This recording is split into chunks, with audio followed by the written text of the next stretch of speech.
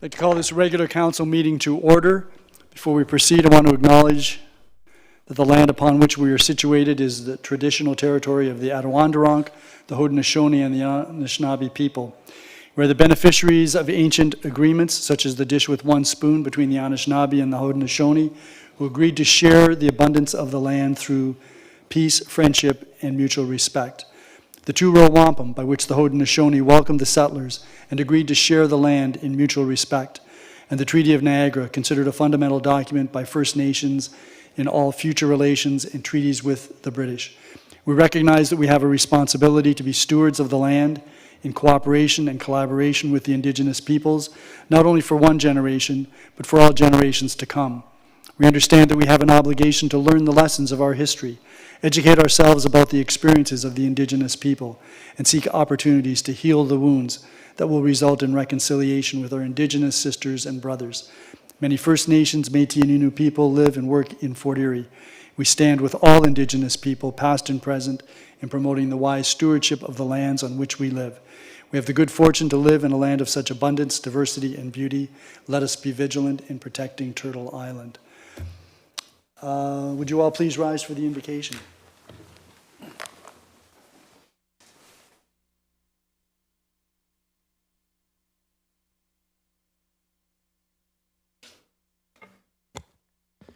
We meet to serve our community and endeavor to be worthy custodians of all that has been entrusted to us. Let us be concerned only for what will promote good government.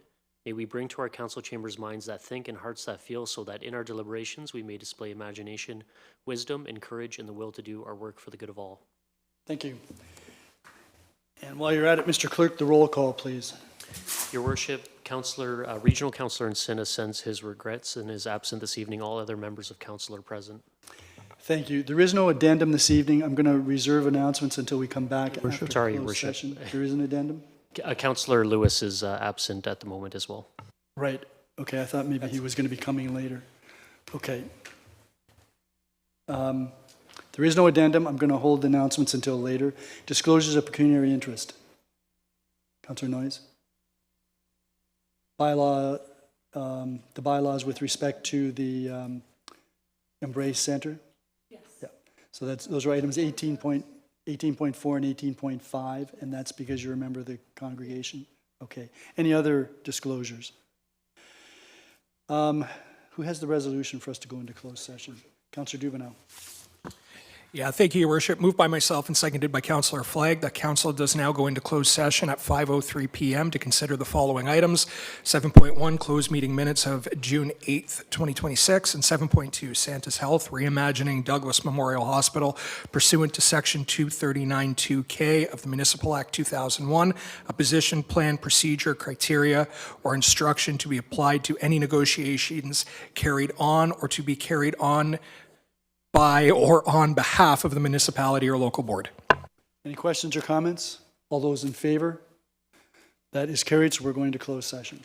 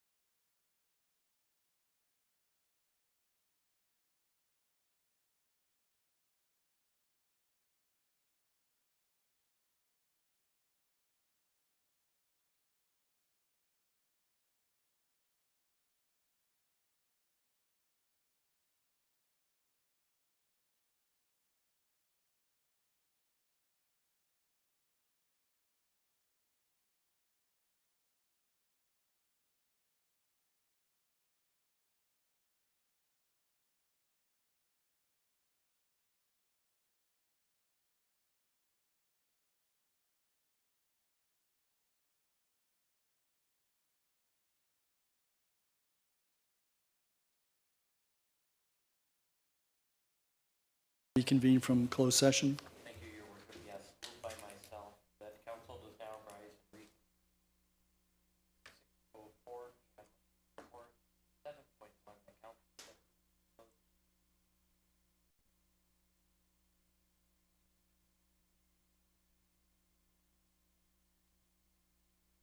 Do you have a seconder?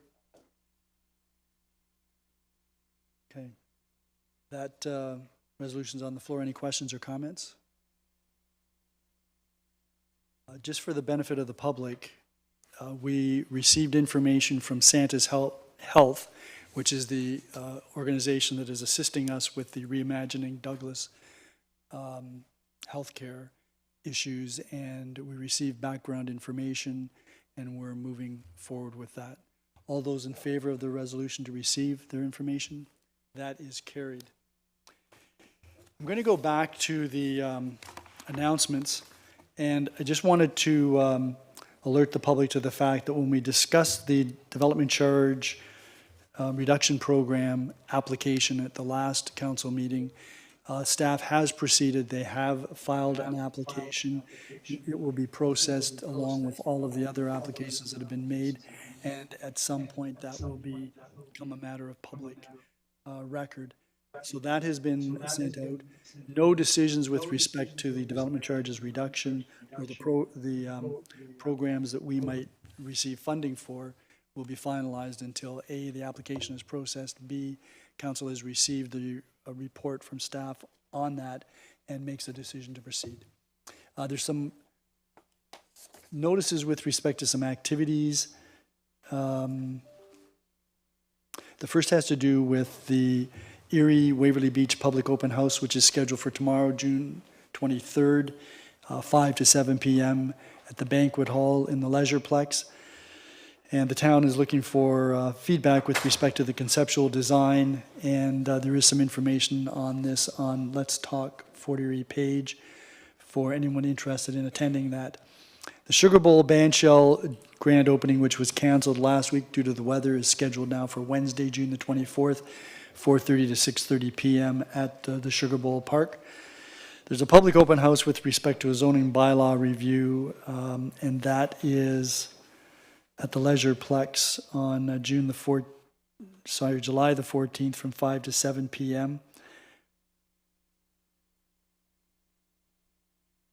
Doesn't say what the public open house is about.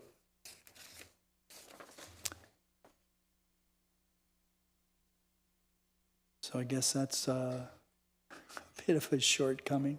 We'll have to, it's July the 14th, which means that there will be an opportunity for that to be put on our website, and we have another council meeting in early July. And then finally, there's a public meeting with respect to 2277 Ridgemount Road, Fort Erie. That will be held here in the council chambers on July the 6th, 2026 at 6 p.m. And I believe that's it for upcoming meetings and my announcements. There is also an upcoming public meeting with respect to a zoning bylaw amendment for 5289 Gilmore Road. That will also be on July the 6th, and that is at 6 p.m. and here in the council chambers. The regional councillor is unable to be here this evening, so we'll then go to presentations and delegations. This evening we have Aaron Hare, the project manager of policy, to provide us with some background information on the provincial approval and modifications to our official plan. Good evening, Mr. Hare. Good evening.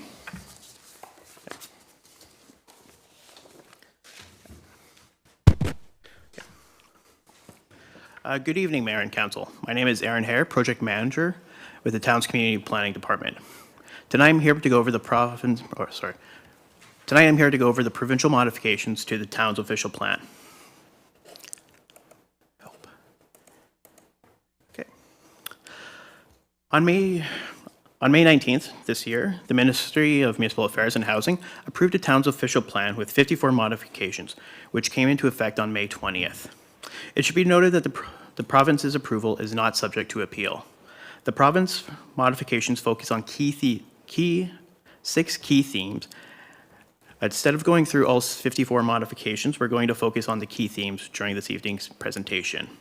Those are natural environment and water resources, agricultural and resource protection, housing and growth management, cultural heritage and Indigenous engagement, employment, lands and economic development, and mapping and technical amendments. The first theme is natural environment and water resources. Generally, staff are supportive of these changes, but again, staff would have preferred to have the natural environment system be a layer, not being an overlay. With regards to the third bullet on the slide, staff did meet with the Ministry of Municipal Affairs and Housing, the Ministry of Natural Resources, and OMAFRA to discuss this. The province advised that their preference was to see the town's natural environment system be shown as an overlay, because based on provincial policies, some agricultural activities, such as a maple syrup production, can take place in a natural environment system where there is no negative impact. From discussions with the town's environmental planning staff, this change is not anticipated, from discussions with the town's environmental staff, this change is not anticipated to be an issue for planning applications, but could result in challenges similar to the EC overlay within the zoning bylaw when it comes to removing overlays outside of the planning process, such as someone trying to remove the NES overlay as part of a sale or a building permit application. This slide does show some of the additional changes that the province has made, specifically to our Table 2. You'll notice that when it comes to significant wetlands, we originally said that there's going to be no development or site alteration at all within those, significant woodlands. They have now come back that through an environmental impact study, they might be able to. They also increased the setbacks for the buffer areas, as well as they split out our ANSI into a life science and an earth science and put corresponding policies around them. The next theme focuses on agricultural and resource extraction. Generally, staff have no issues with the province's mods. They added policies that clarify that resource extraction in the agricultural area is permitted, subject to it being reclaimed back to an agricultural state. The province also confirmed that the minimum lot size requirement for a farm surplus remained the same, which is 0.4 hectares. The lot size requirements ensure that lot creation, as a result of farm surplus, is sized large enough to accommodate private sanitary system and as well as a backup. And this slide just shows 2 of the new policies that the province added into our official plan.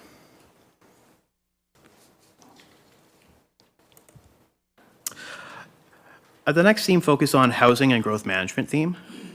Generally, staff have no issues with these changes. The province removed the requirement for the town to request a formal land needs assessment as part of an urban boundary expansion. That study was defined under the growth plan, which the province rescinded back in 2024.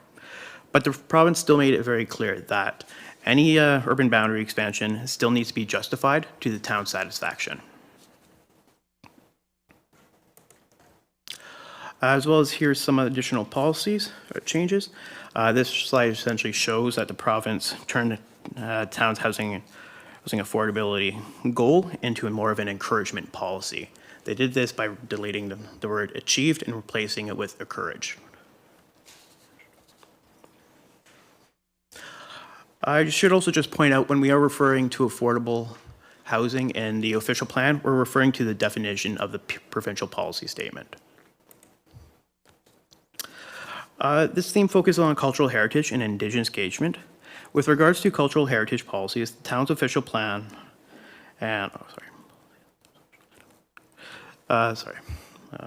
this theme focuses on cultural heritage and Indigenous engagement. With regards to cultural heritage policies of the town's official plan, the province made several mods to better align the terminology to that of the province. For example, when the town referred to cultural heritage features or a cultural heritage asset, the province changed that to a cultural heritage resource.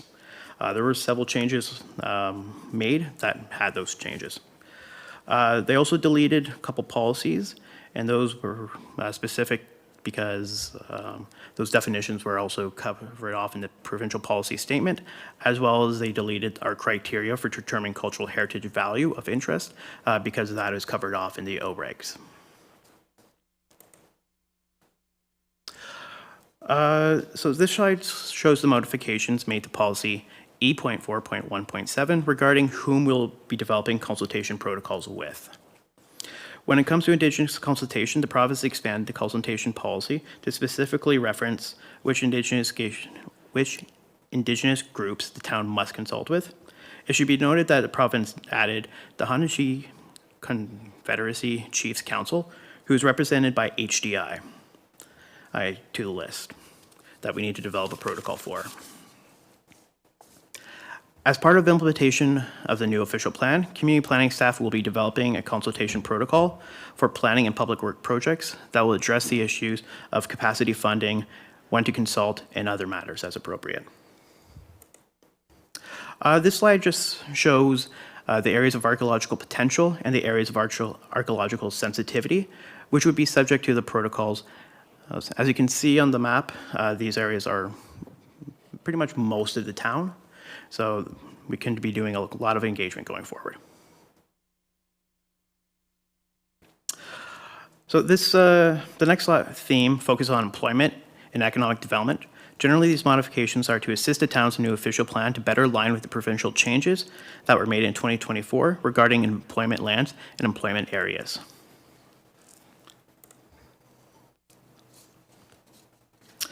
This slide, this shows the modifications that the province made to Appendix 1, removal of lands from employment areas. These changes align with the town's Appendix 1 to better reflect the PPS, specifically Policy 2.8.2.5. The town had proposed new policies outlining reasons to justify removing land from employment areas, including factors such as environmental constraints, physical challenges, and strategic importance. The province modified these proposed policies by removing those specific considerations. As a result, those site-specific factors are no longer recognized on their own as justification. Instead, the focus is now on broader, long-term questions, such as whether land is needed to support future jobs. In simple terms, this change places greater emphasis on protecting employment lands overall, rather than limitations of individual sites. The last theme is mapping and technical amendments. The major mapping change was turning the NES layer into an overlay. The province also expanded the Bridgeburg Strategic Growth Area to include commercial lands on the west side of Central Avenue, including the courthouse lands, as well as the commercial lands on the south side of Courtright. It aligns the strategic growth area with a commercial node that is identified within the secondary plan. The province also modified Appendix 2, which outlined studies, reports, and information and materials. And they reduced that to the 29 studies that were posted in a recent ERO posting. So again, previously we covered off things such as studies, reports, information, and materials, and this is now being reduced to studies only. So the next steps, the town has consolidated all the changes into the official plan and mapping and are working with the town's IT department currently to have the online mapping updated. The updated official plan will be posted on the project webpage as well as the official plan page on the main website. As well as the plan, planning is also working with WSP right now to update this town zoning bylaw to implement the town's new official plan. That's my presentation. If you guys have any questions, we're here to answer. Thank you very much, Mr. Hare. Are there any questions? I have some questions. You had mentioned that the changes with respect to employment lands actually provides greater protection to converting them from employment lands to something else like residential. I think that's what you said. Yes. And I didn't, actually, that's not how I read it, but what is the basis for your comments there? Because the criteria that we would have required has been completely removed. Sorry, can you say that again? The criteria that we had listed in our official plan has been deleted.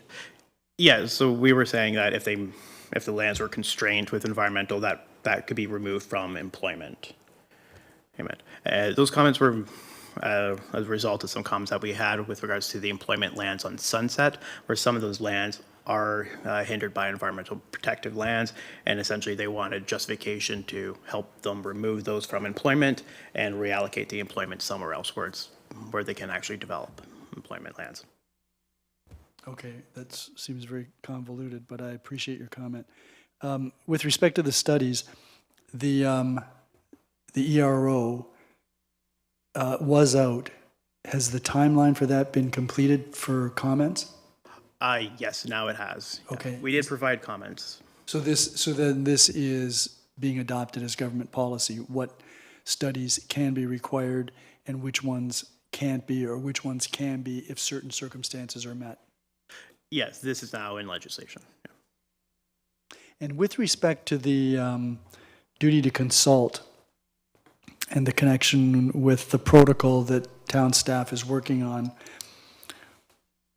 is there a legislative obligation to provide funding for Indigenous groups that are engaged in overseeing or monitoring the various projects that now will be subject to the duty? I don't believe there's any legislative requirements. I know this did come up with the official plan because we decided not to do capacity funding as part of that. We did explain that to the province, that we are willing to consult, just not to compensate, and they were fine with that with regards to the official plan. And when the changes say including but not limited to the three specifically identified groups, there could be more. There could be. Those are the ones that we're aware of at this time. Okay, and you mentioned about the urban area boundary expansions will be more difficult with the changes that have been made. But those urban boundary expansion applications, if we deal with them and we turn them down, they're still subject to review by the OLT? That is correct, yes. And I didn't quite capture the significance of the maple syrup analogy that you utilized in terms of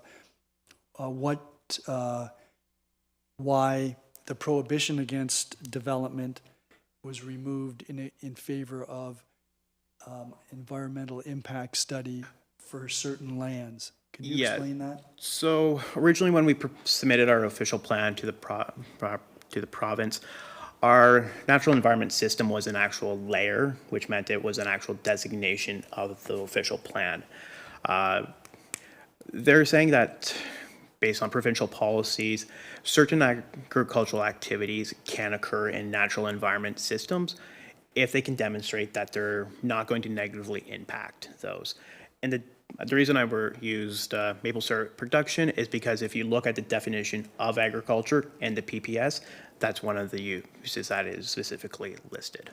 So that would be a use, and I guess if you're harvesting maple syrup, you may need to put up a shed or something of that nature, which would be development. Yes, or even just the use of land, going in there and tapping the trees and running your lines. If it was an actual environmental protection system, you wouldn't be able to do that. Or at least, in the province's opinion, it would make it seem like they couldn't do that. Does the wording, as it's now been changed, open the door for potential development, commercial or residential, subject to an EIS? Potentially, yes, subject to an EIS, as well as the proper redesignating. And again, any decision by this council that might Would still be subject to an reject would be appeal. subject to an appeal to the OLT. Yes. Might have another question.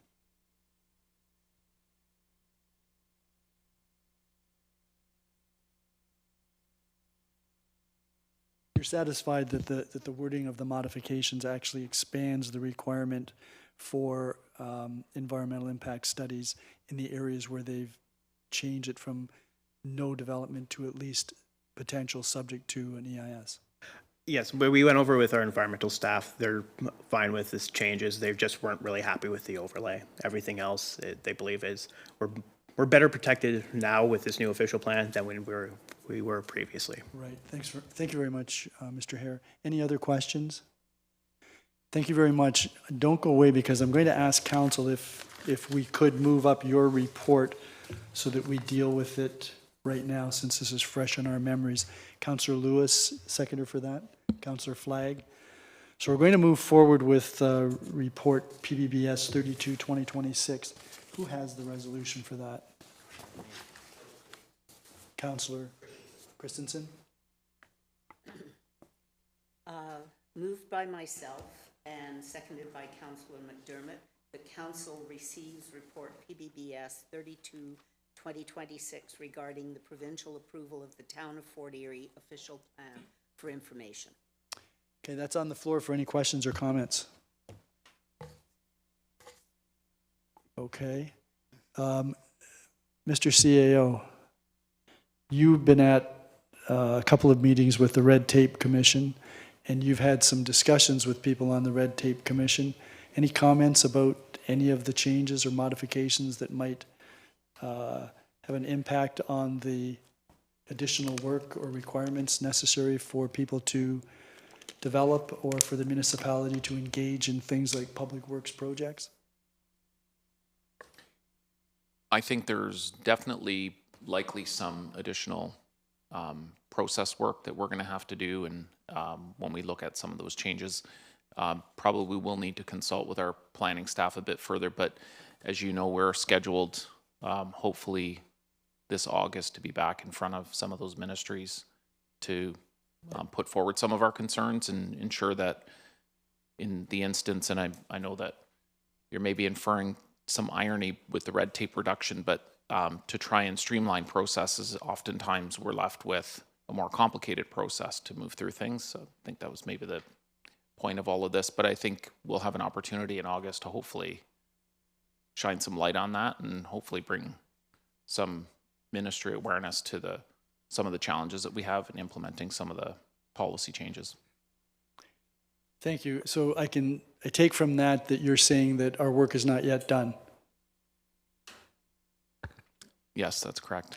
And then the other question that I had, and this is directed to the Director of Planning, the changes that have been made by the provincial government with respect to our official plan, these modifications, what is the process for us, or is there a process for us to try to go back and change these at some point so that they're back into something more in line with what council's original intention was with our official plan? Your Worship, I think once the province has approved the official plan, we don't have a recourse to go back to council, to province to make those changes. However, we can send a letter from council that what changes that council is not comfortable with, and we can send our information, our feedback to province at any time, but I'm not sure whether those feedback or those changes would be included in our official plan. Right, and I suppose that's something that we can also take up if we meet with the Ministry of Municipal Affairs and Housing. We can also raise this issue. So for the foreseeable future, this is our official plan. Okay. That's correct. Okay. Any other questions? Thank you very much, Mr. Hare. You may have a seat. Okay, thank you. If there are no further questions, then I'm going to call the question on this resolution. All those in favor of the resolution? None opposed. That is carried. So that's going to get us back to our schedule. And what is next is our consent agenda. Does anyone have any items that they would wish removed from the consent agenda? I don't see any, so Councillor McDermott, you have the consent agenda resolution. Thank you, Worship. Moved by myself, seconded by Councillor Christensen. That council approves the consent agenda as recommended. Are there any questions or comments? Councillor Noyes. Yes, on 13.3.3, the Museum Cultural Heritage Advisory Committee, just some of the narratives that are in there. I just wanted to, I guess, express some concerns about how they're coming across. One is basically that they said a misconception about insurance in regards to the heritage properties and stuff. And, it may not be a misconception. It may actually be real. We had someone went to a conference, not us, but we had a report from someone saying that insurance really is a concern, a valid concern.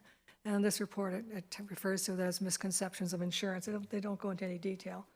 The other thing is there's some comment on High Street and the OLT decision that basically asked council told us that they're going to take the designation away from that property. But the reason given in these minutes was that because the ARA didn't have an opportunity of going inside. I'm not saying that wasn't one of the reasons, but it was only one of the reasons. There were several other reasons why it did not meet the designation, and I think I think it's important for all the information to be out there, not just, it was unfortunate that they didn't go inside, but there was a number that I think 9 out of 10 they didn't meet the criteria for. So I just don't want it just to be left there that say it was only because we didn't get inside. There are other issues related to that too. Thank you. Okay, anyone else? I had with respect to PBBS 31/2026, and this is the change to our AMP policy with respect to zoning violations. The report is somewhat vacillating, I would say, Director of Planning, with respect to whether new resources are necessary or whether they'll simply be a reallocation of resources, particularly in the context of the fact that apparently it would be, according to the report, fewer resources necessary to process an AMP than to process a provincial offenses charge. Your Worship, at this time, we are not looking into requesting additional staffing resources. We would be reallocating our existing staff to look into those zoning infractions. And you're absolutely right, staff is on board with the AMPS program, and they think that this would save a lot of resource time and staffing time. So this is actually supported by staff.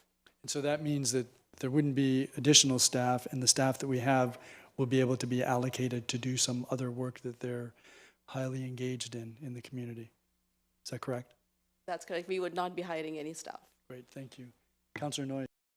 Mayor, actually, I did have a question on the same PBS 31/2026. It refers to going from the Provincial Offences Act to the AMPS tickets. Now, I just would like some clarification. From what I understanding, this has to do with zoning. So let's say there's 3 property owners. There's a zoning infraction. Do all 3 of them get an AMPS ticket? Supposedly, that's what we do. That's what we do is Mr. Riley.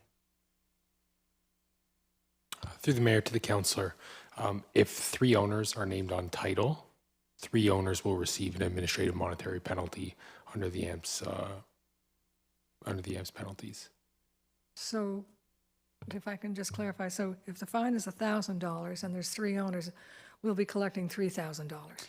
The process, Mr. Riley, to deal with those, there is a screening process, is there not? There is, through the councillor to the mayor, there is a screening process for our AMPS administrative monetary penalty system.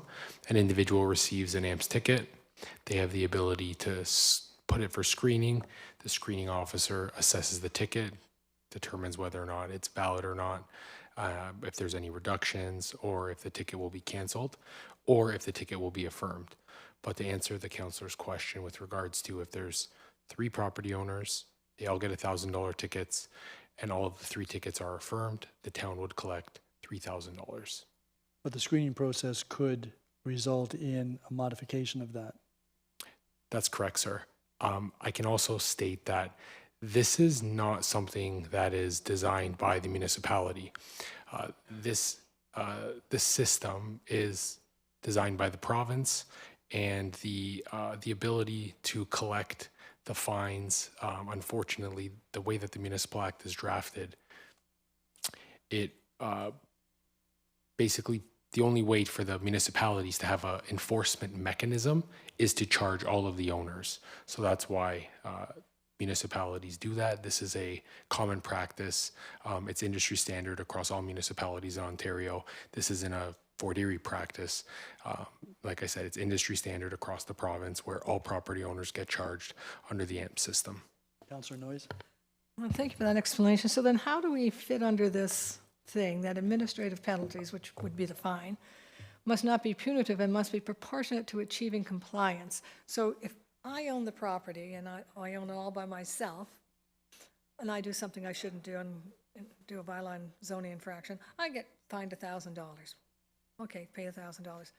But if my neighbor, who has 3 people owning the property, on property, they get $3,000 fine.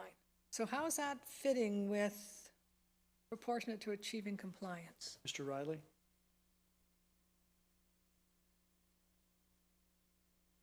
To the councillor through the mayor, can I just ask for a point of clarification? Councillor Noyes, you're referring to the columns, right? The 3 different columns for the penalty section? I'm referring to page 2 of 5 under the section 67.2 of the Planning Act.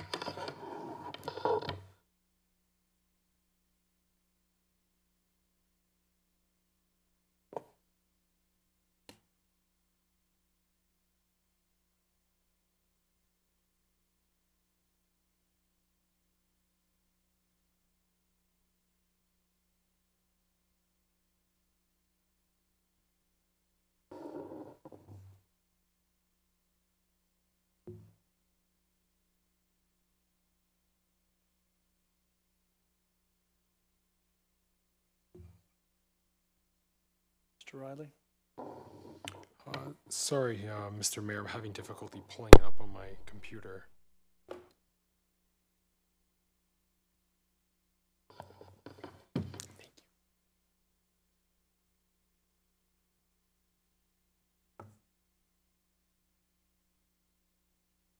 On page 2 or 3 under 6, analysis.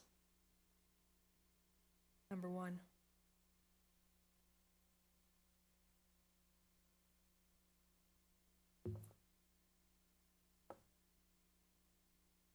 Sorry, Mr. Mayor, we're having some difficulties here.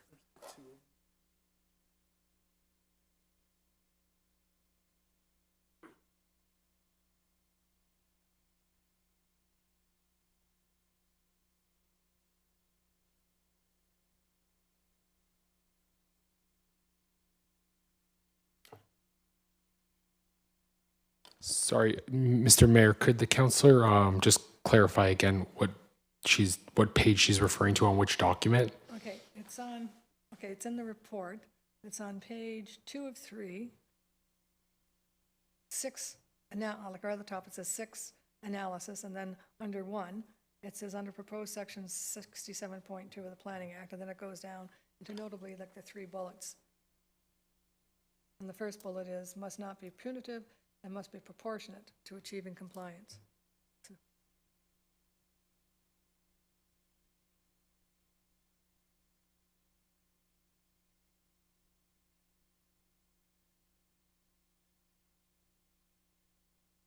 Okay, I have that in front of me. That's correct.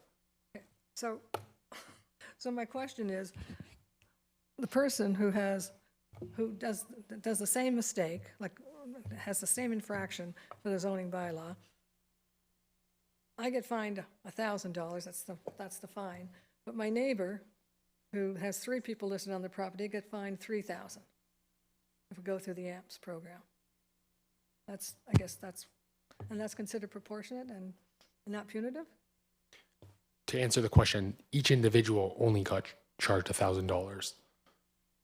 Yeah, but it was only one mistake, like they only did the zoning. There was only one change in the zoning, on one infraction. Anyway, I know where you're going with this. Under the current fine, under the current system, on the Provincial Offences Act, what would the fine be now? Would it be $1,000 or would it be $3,000 if there's 3 owners and if there's 1 owner? Like what currently, how would we be going through that? Dilwari, did you want to chime in on this? Yes, Your Worship. So I believe the town solicitor has already answered that. The process is once somebody would, it's based upon how many people are owning the property. So if there are 3 owners, it will go to that 3 tickets would be issued, and at the time of the screening officer, they would be able to, depending upon the discussion and what the outcome is, they may be able to waive those 2 tickets off. But that is again, what town solicitor has just said, that that is a municipal act. It's nothing to do with this bylaw or other AMPs. And just for the clarification purposes, this is the bill that is not in effect. It's just that we are providing information to province whether the town council would be supportive of AMP's requirement at this point or not. Well, thank you for that explanation, but that's exactly my point. Your explanation, I totally understand that. But currently, this bill isn't in effect, but currently, if I have a zoning bylaw infraction, I'm fined, and there's 3 of us owning it. Are each of us fined now, or are we only fined the $1,000? You're each fined because each Now of under you, the provincial?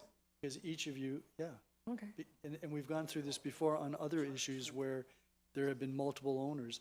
They're all charged because they all have to be charged. That's the process. Under the AMPs. And they will be under the AMPs. I'm saying if they're not under the AMPs, if we don't go to the AMPs program. Mr. Mayor, I can chime in on this, Yeah. since I am the town prosecutor.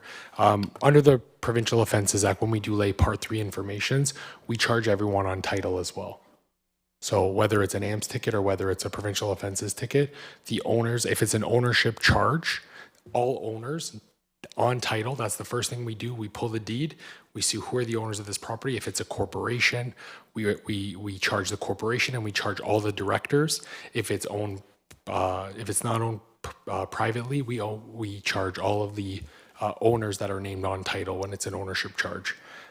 So it's basically the same if it's AMPS or Provincial Offences Act. And to answer the councillor's previous question, when we do charge for zoning currently under the Planning Act, under the Provincial Offences Act, the max penalty is up to $5,000 for a first offense for a zoning infraction for a Part 3 information. Councillor Noyes?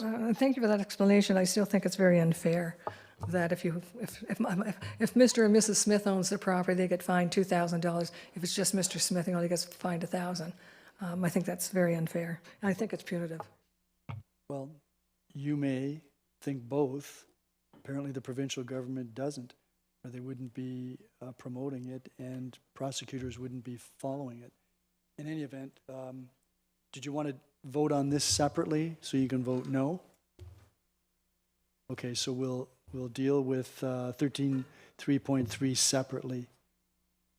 So we're gonna. Are there any other questions with respect to the consent agenda? If not, I'm going to call the question on 13. Sorry, it's not 13.3. 13.4. So I'm going to call the question on that. All those in favor of the recommendations in 13.4? Opposed? Carried. The balance of the consent agenda. All those in favor of the agenda? Opposed? Okay. Is that a late yes or an early no? Okay. So we're unanimous on that. Okay. Is there any new business or are there any inquiries? Councillor Noyes. Thank you. In our last meeting, and actually at one of our committee meetings, we were talking about the amount of money that was collected because of the tree bylaw, whatever. And that was like, and I'm going to use this term loosely, 3/4 of it was towards, I would say, administration, et cetera, and only 25% of the fines that collected were actually gone to actually buying and planting trees. So I'm just wondering if we could have a better breakdown of where that 75% of the fines collect. I think it's a little bit more than this. I can't remember the exact number. I would like a little bit more breakdown of where we're spending that money. Yeah, did we, Ms. Diwari, is that something that you were following up? Yes, well, Your Worship, we can get that information to I Council. recall it being raised. I don't recall the breakdown to that extent, but there was some discussion about service of the trees planted, et cetera. I don't know if the breakdown was 75-25, but that's something that, okay, could be, could not be. So Ms. Diwari, is that something that we can expect at the next committee meeting? Yes, Your Worship. Okay, thank you. Anything else? Any other inquiries? Councillor Dubanow. Yeah, it's more of a new business comment, Your Worship. I want to give a shout out to IS staff. And this is going to sound silly, but we have a lot of very short roads in the community that if you didn't know they existed, they might only have 2 or 3 houses on them. And there's a road in Ward 2 called White Avenue. It's right off Adelaide. It's a little short street. It has maybe 2 or 3 houses on it. And I remember canvassing in 2018, hearing from the few residents there about the condition of the road, the dust that gets kicked up, and everything else. And back during budget time, I made a comment that I was very, very happy to see some of these, or sorry, it wasn't budget time, it was during our road refurbishing schedule. I made a comment that some of these short roads that were included in there were, that I was very happy to see. One of them was White Avenue. And I just wanted to give a shout out to staff because White Avenue has been done. And those very limited number of residents who live on that road who have always felt kind of kicked to the side and not thought of because their street was so short, they are thrilled. So I just want to put that out there that, even the small little streets need our attention. And they were very happy that they got the attention and that the road has been resurfaced. So thank you very much, Your Worship. Thank you, Councillor Dubanow. Any other inquiries or new business? Councillor Lewis. Thank you, Your Worship, and I will be bringing this up at Infrastructure Services Business Subcommittee, but I myself have concerns, as well as I know a number of residents in the area of Point Abano Road and Michener Road. It is a two-way stop, but with the change in the continuation of Shirkston Road and the rejigging of that traffic area, I know in the past we did not warrant through the Traffic Coordinating Committee a four-way stop. But I myself have had an experience recently where I was almost involved in a motor vehicle collision at that location as well. I know there have been some others that have come to me with concerns as well. But I do think that needs to be revisited. So I just wanted to bring that up tonight so that it's on the record, but I will certainly work with staff so that it is reevaluated. Do you know when the next IS meeting is? I do not offhand. Do you, Director? To you, Councillor, I think it's next month. I believe it's next month. I'll have to follow back with you on that. It will be next month. Yeah. Good guess. Yeah, good answer. So we'll get And back to you. that's also an issue that could be further referred to the Traffic Coordinating Committee, Absolutely. which would generally deal with these types of issues. Thank you. Okay, anyone else? Then Councillor Lewis, you have a motion for council to consider. Thank you, Your Worship. Moved by myself and seconded by Councillor McDermott. Whereas the Crystal Beach Business Improvement Area Board of Management has worked collaboratively with the town of Fort Erie for more than 9 years to develop and recommend parking management strategies for the Erie Road and Cambridge Municipal Parking Lot, with the goal of ensuring the lot primarily serves customers and patrons of local businesses. And whereas the CBIA has consistently recommended parking time limits and appropriate enforcement measures, particularly during peak summer seasons, including a 3-hour free parking model to support local businesses and encourage customer turnover. And whereas the town of Fort Erie has invested in improvements to the parking lot and has implemented several parking management measures based on recommendations received by the CBBIA, and whereas Council recognizes the importance of continued work in partnership with the CBBIA and given due consideration to its recommendations regarding parking management in the Crystal Beach Business District. Whereas feedback received from the CBBIA local businesses and community has identified concerns regarding the affordability of the proposed overnight parking fee, now therefore be it resolved that Council direct staff to amend the proposed overnight parking pass fee for the Erie Road and Cambridge lot from the current $125 per month to $50 per month, consistent with the feedback received by the CBBIA and community stakeholders, and be further directed to ensure proper signage is made to highlight the business patrons and free 3-hour parking to registered vehicles.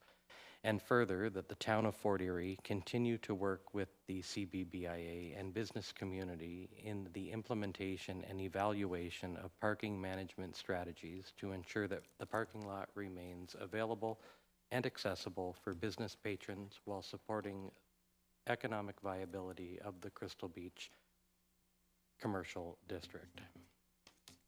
And I have no further comments. I think the motion speaks quite clearly to the matter and how we hope to address it. I think on our agenda, and maybe even on your resolution, there's it should be free 3-hour parking in the first operative portion of the resolution.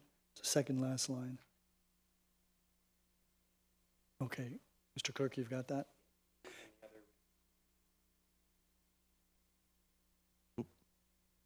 The final that, I have council. I have corrected that when I read it to read the town of Fort Erie, as opposed to council continue to work with.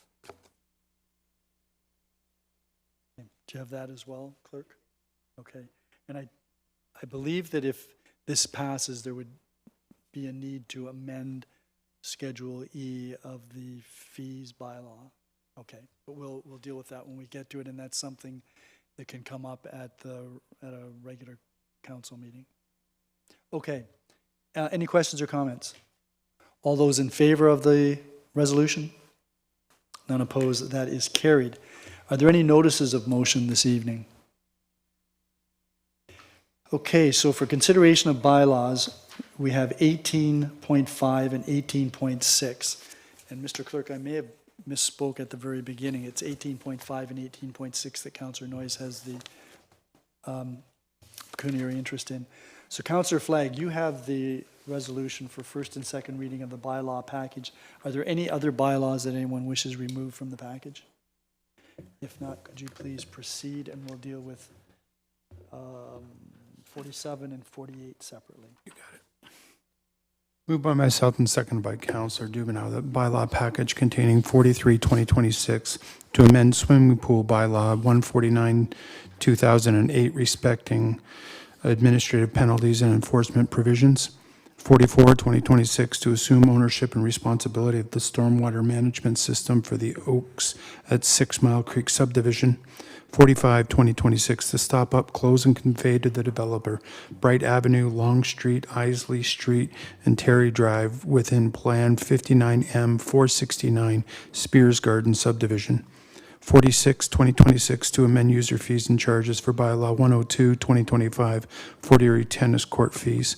49/2026 to authorize the entry into downtown Stevensville Core Area Community Improvement Plan Grant Program Funding Agreement for 3727 West Street.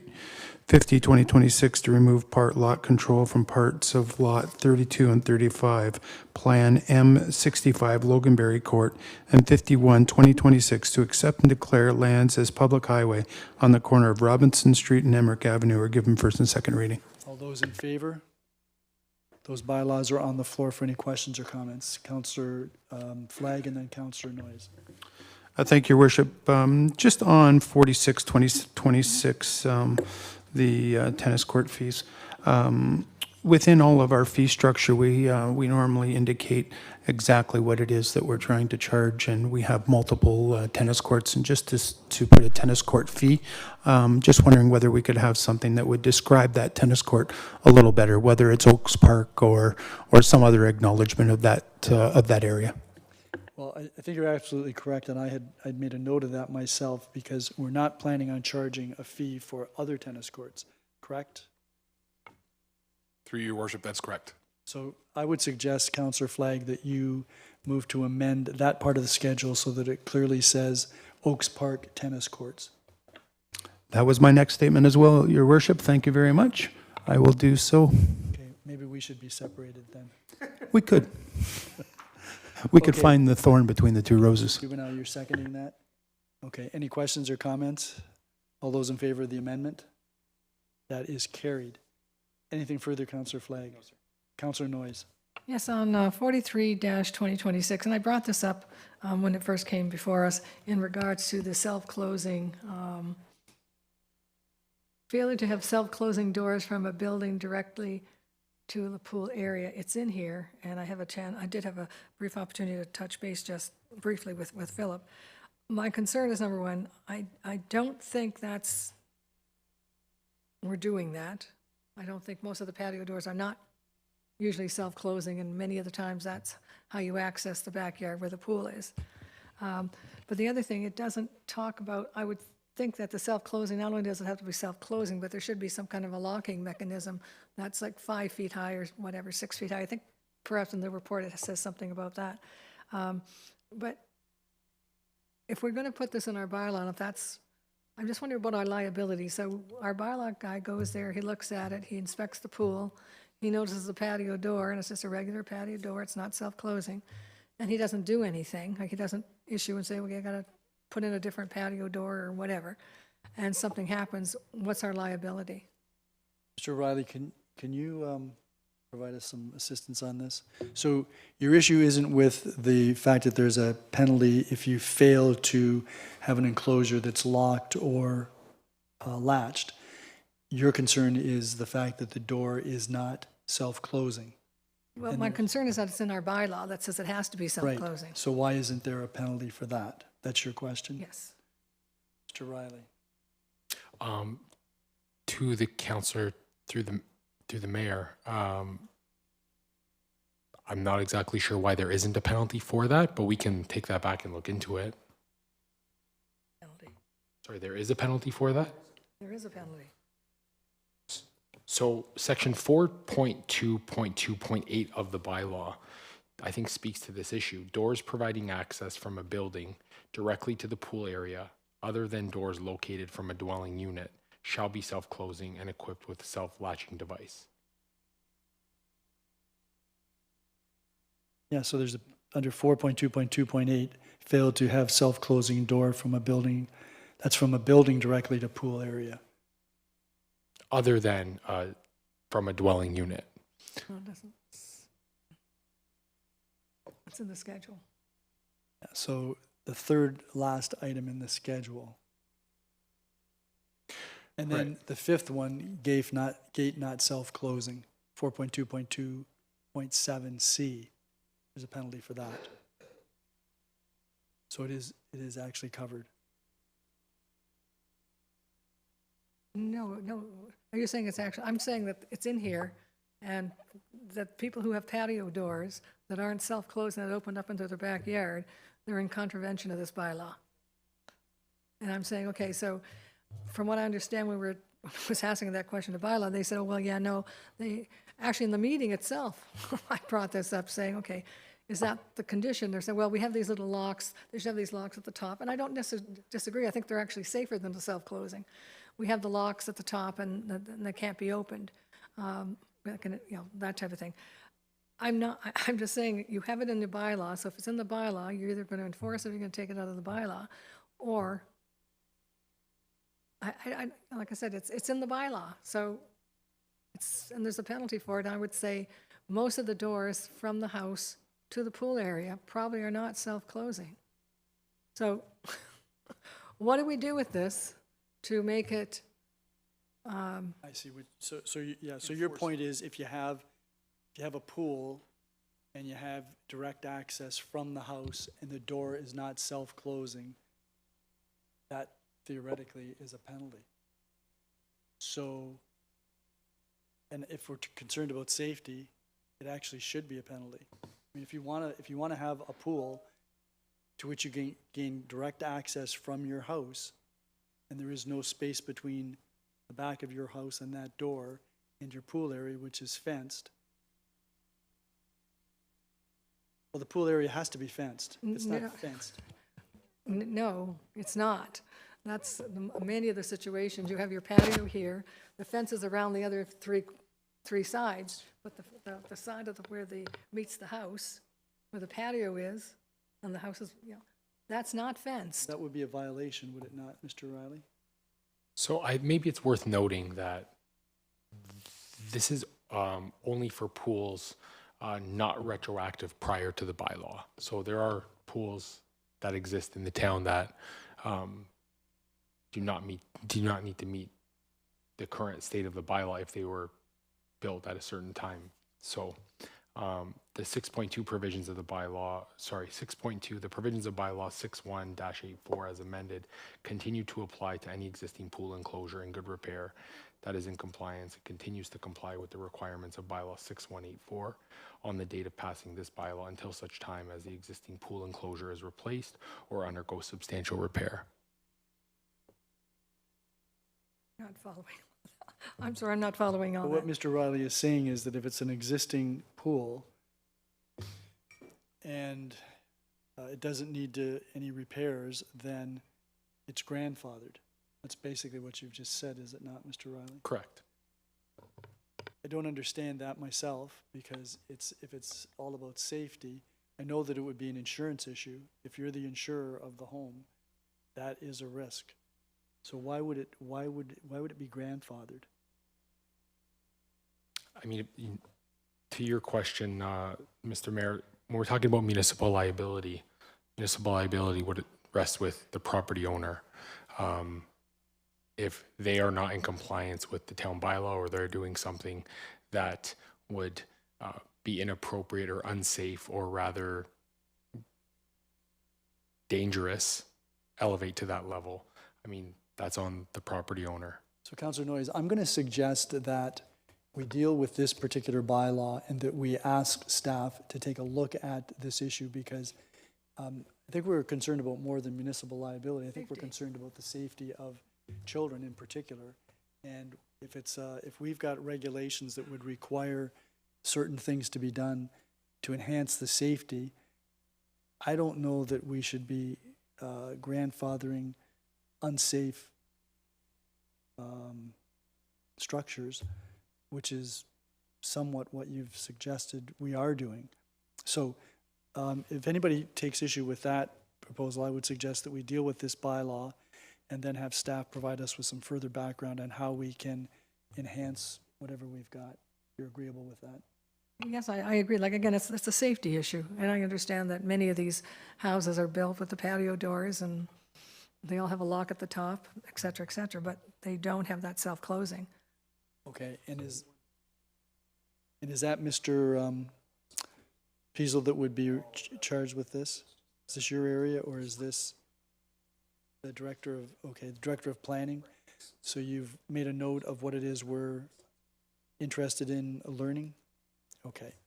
Anything further, Councillor Noyes? Councillor Lewis? Be very, very brief, I promise. Just to Councillor Noyes' point, would the issue not be self-locking, not self-closing? Because the door can close, but you can still open the door.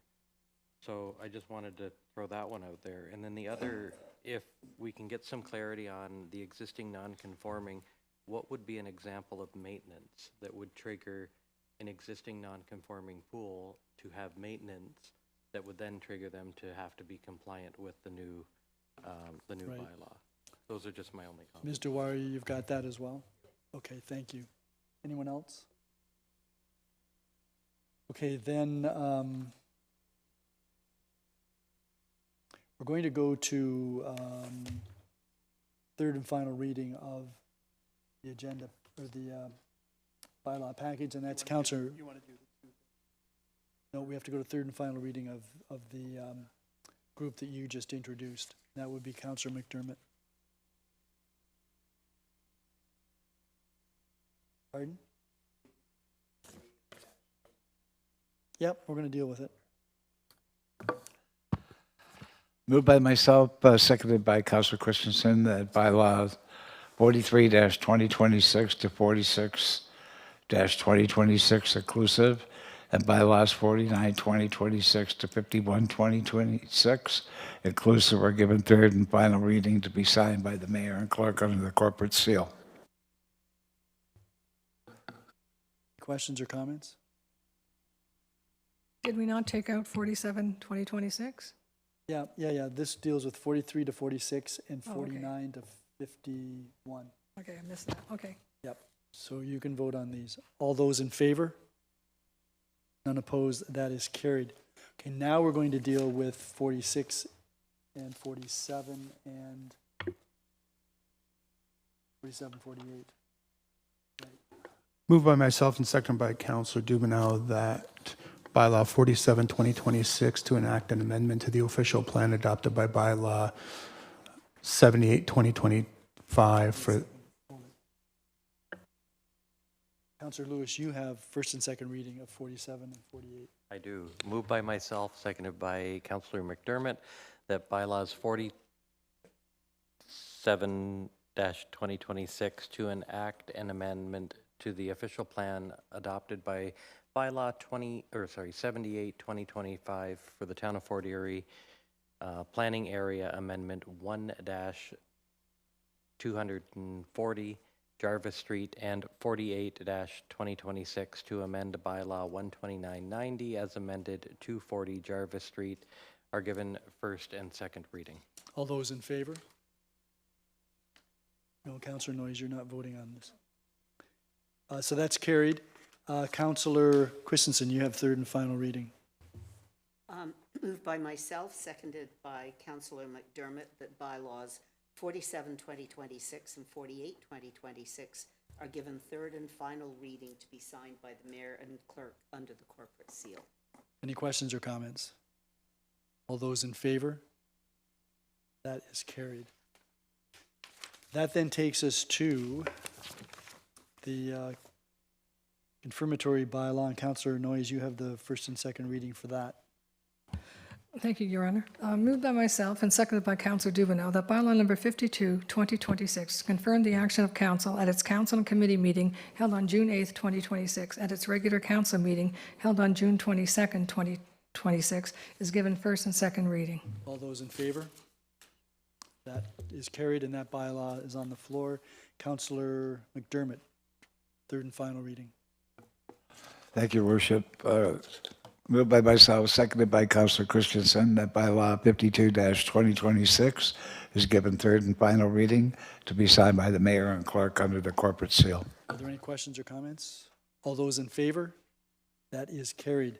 That takes us to scheduling of meetings. Are there any meetings that anyone wishes to notify? Councillor Christensen. Thank you, Your Worship.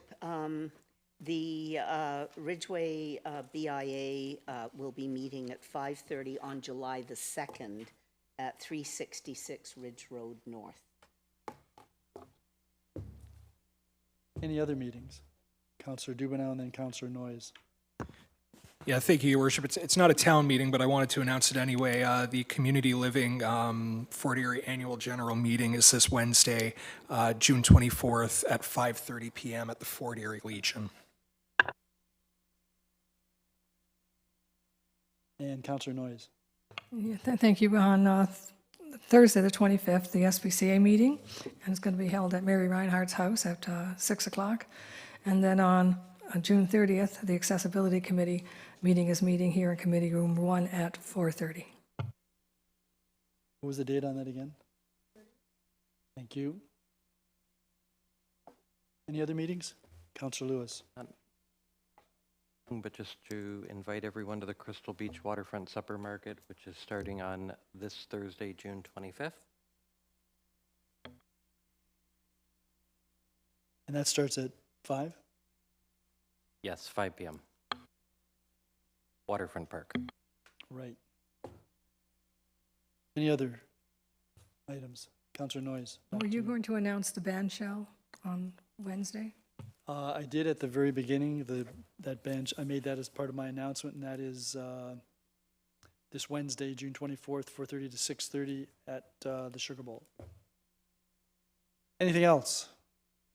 Then I'm going to call on my favorite resolution of the evening, every evening. Mine too, Your Worship. Moved by myself and seconded by Councillor Flagg that council adjourns at 7:07 p.m. to reconvene into a regular meeting of council on July 20th, 2026. All those in favor? Surprisingly, that is unanimous. Thank you all.